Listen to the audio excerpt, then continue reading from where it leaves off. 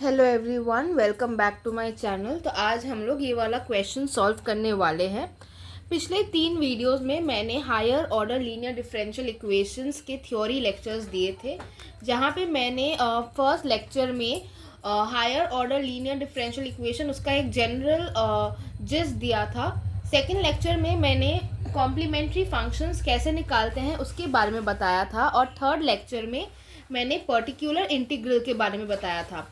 और मैंने ये भी बोला था कि नेक्स्ट वीडियोस में मैं इसके ऊपर कुछ सम्स लेके आऊँगी ताकि इसका जो कॉन्सेप्ट है वो आपको समझ में आ जाए एकदम। अब जब प्रैक्टिस करोगे तब आपको ये सब टॉपिक ज़्यादा अच्छे से समझ आएंगे, तो उसके लिए ही मैंने यहाँ पे फर्स्ट सम लाया है, जिस पे हम लोग देख रहे हैं कि हम लोग को एक इक्वेशन दिया हुआ है और उसको हम लोग को सॉल्व करना है। तो वीडियो को शुरू करने से पहले मैं ये बोलना चाहूँगी, जो लोग मेरे चैनल पे नए व्यूअर्स हैं, प्लीज़ मेरे चैनल को सब्सक्राइब करके मुझे सपोर्ट कीजिए ताकि मैं ये चैनल बहुत आगे तक ले जा सकूँ। तो चलिए वीडियो को स्टार्ट करते हैं।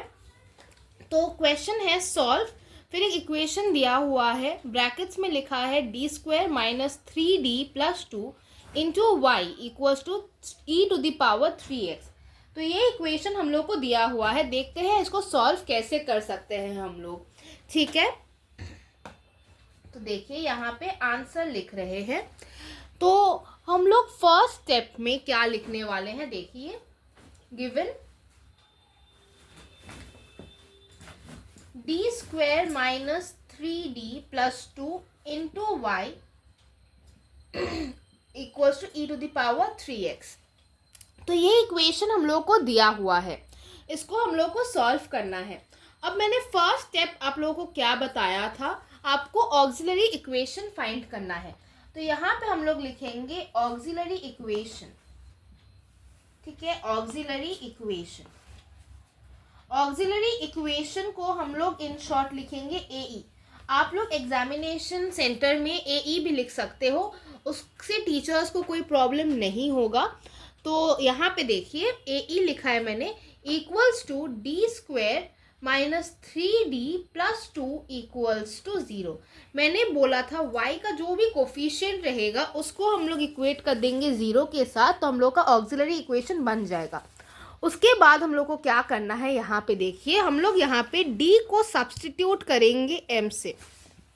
ठीक है, हम लोग d को जब m से सब्सटीट्यूट करेंगे तब हम लोग को ये इक्वेशन मिलेगा, m² - 3m + 2 इक्वल्स टू 0। अब ये हम लोग के पास एक क्वाड्रेटिक इक्वेशन है। अब इस इक्वेशन को हम लोग को सॉल्व करना पड़ेगा।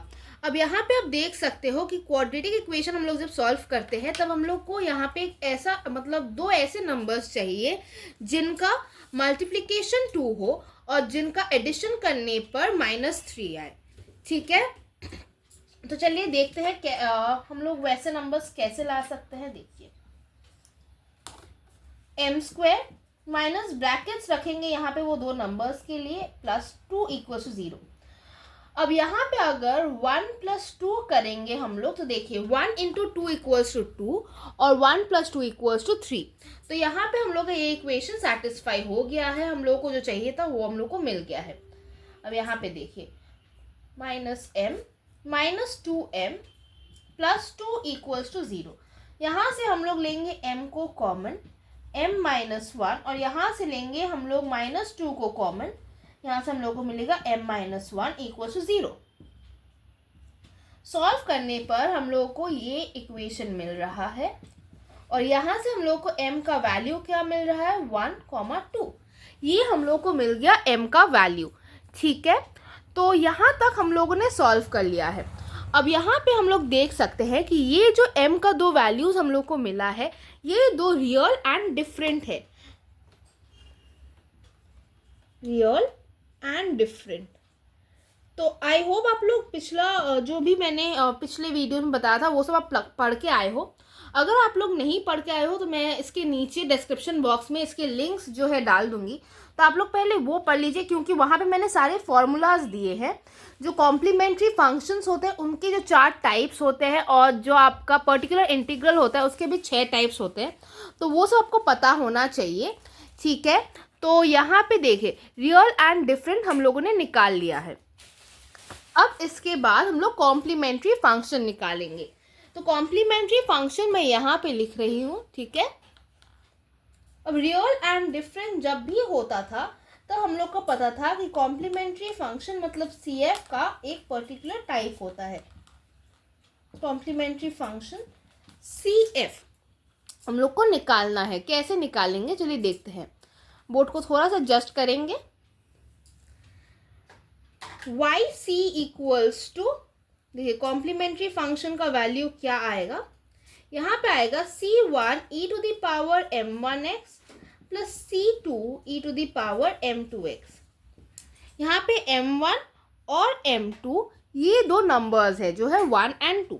तो यहाँ पे हम लोग m1 और m2 की जगह पर सब्स्टिट्यूट करेंगे, तब यहाँ पे आएगा ये, तब हम लोग को ये वैल्यू मिल गया है YC।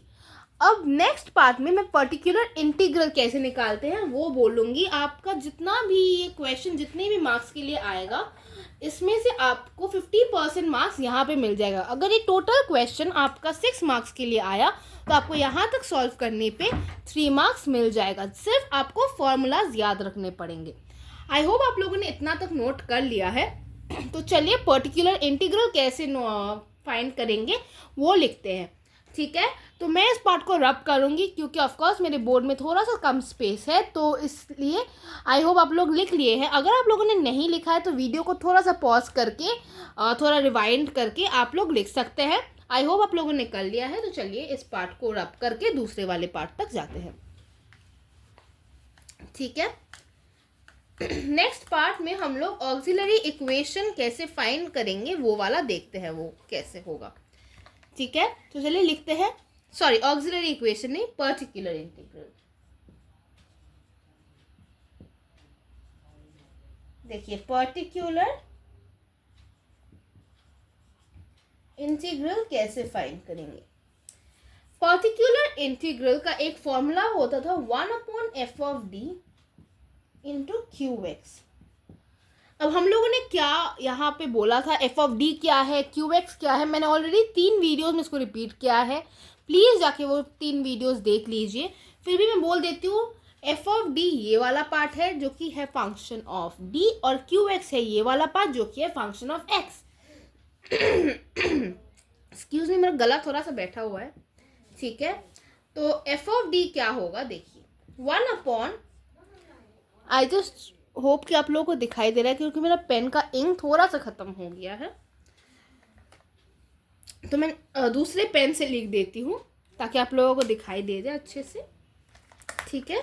यहाँ पे हम लोग ग्रीन पेन का यूज़ करेंगे क्योंकि अब मैं इंक भरूंगी तो वीडियो थोड़ा सा पॉज करके मुझे करना पड़ेगा, जिससे कि लेट होगा वो पोस्ट करने में। आई होप आप लोगों को अच्छे से दिखाई दे रहा होगा, ठीक है। तो D की जगह पे रखेंगे ये, सॉरी यहाँ पे था माइनस, इसमें बहुत ज़्यादा इंक है, ठीक है। QX की जगह पे रखेंगे e⁻3x। अब यहाँ पे देखिए, यहाँ पे हम लोगों ने क्या पढ़ा था कि यहाँ पे हम लोग D की जगह पे ये वाला वैल्यू सब्स्टिट्यूट करेंगे, ठीक है। D = 3 हम लोग यहाँ पे सब्स्टिट्यूट करेंगे। E के साथ जो पावर में x है उसका जो भी कोएफिशिएंट रहेगा उसको हम लोग यहाँ पे सब्स्टिट्यूट करेंगे, ठीक है। तो चलिए देखते हैं। यहाँ पे 3² - 3 × 3 + 2 × e⁻3x, ठीक है। इसको सॉल्व करेंगे, ये दो कैंसिल हो गए, दैट मीन्स हम लोग का आंसर है e⁻3x/2, ठीक है। तो ये हम लोग का आंसर हो गया। अब हम लोग को निकालना है यहाँ पे टोटल, जो भी हम लोगों ने निकालना है जो होगा सोल्यूशन, ये है हम लोग का YP, ठीक है। तो Y = YC + YP, ठीक है।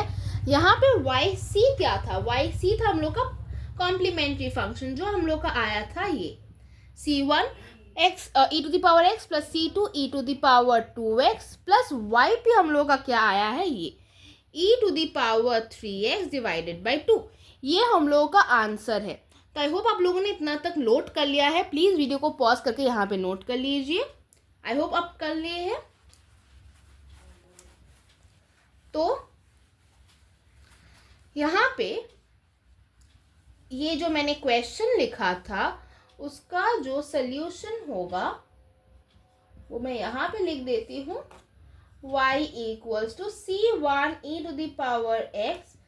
Plus c2e⁻2x plus e⁻3x divided by 2. This is the answer.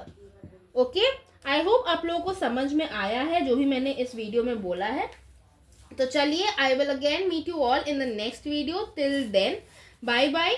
I hope आप लोगों को समझ में आया है. समझना सबसे बड़ी मतलब सबसे इम्पोर्टेंट बात है. तो अगर आप लोगों को ये वीडियो अच्छा लगा है तो प्लीज़ मेरे चैनल को सब्सक्राइब कर दीजिए. ये वीडियो अपने फ्रेंड्स के साथ शेयर कीजिए ताकि उन तक भी ये वीडियो पहुँचे. जिन लोगों को ज़रूरत है उन तक भेज दीजिए. ठीक है, आई होप आप लोगों को समझ में आया है. तो please like, share and subscribe to my channel. Till then, bye bye. We will meet you again in the next video.